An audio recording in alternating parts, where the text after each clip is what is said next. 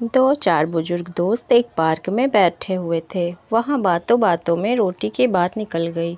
तभी एक दोस्त बोला, जानते हो कि रोटी कितने प्रकार की होती है? किसी ने मोटी पतली तो किसी ने कुछ और ही प्रकार की रोटी के बारे में बतलाया। तब एक दोस्त ने कहा कि नहीं दोस्त, भावना और कर्म के आधार से रोटी 5 प्रकार की होती है।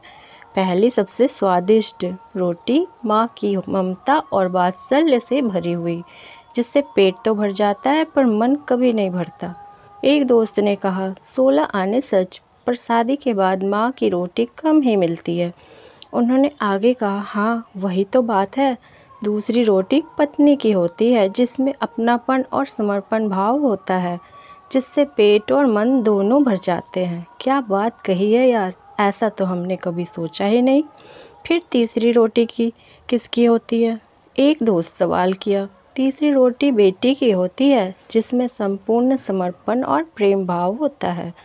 जब वो माता पिता को प्रेम से खिलाती है तो इससे पेट मन भरने के साथ साथ आत्मा को भी तृप्ति मिलती है। पर इस रोटी जिसका सौभाग्य बहुत कम समय के लिए ही प्राप्त हो पाता है, क्योंकि वह शादी करके ससुराल चली जाती है।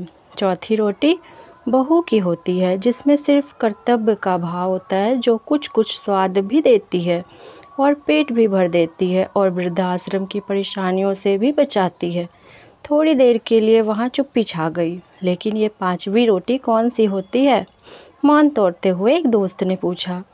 5वीं रोटी नौकरानी की होती है, जिससे ना तो इंसान का पेट भरता है, ना ही मन तृप्त होता है, और स्वाद की तो कोई गारंटी ही नहीं है। तो फिर हमें क्या करना चाहिए? माँ की हमेशा पूजा करो, पत्नी को सबसे अच्छा दोस्त बनाकर जीवन जियो, बेटी को प्यार दुलार और अनुशासन से रखो कि उसे बहू बनकर जाना है। बहू को अपनी बेटी समझो और छोटी मोटी गलतियाँ नज़रअंदाज कर दो। बहू खुश रहेगी तो आपका ध्यान रखेगी।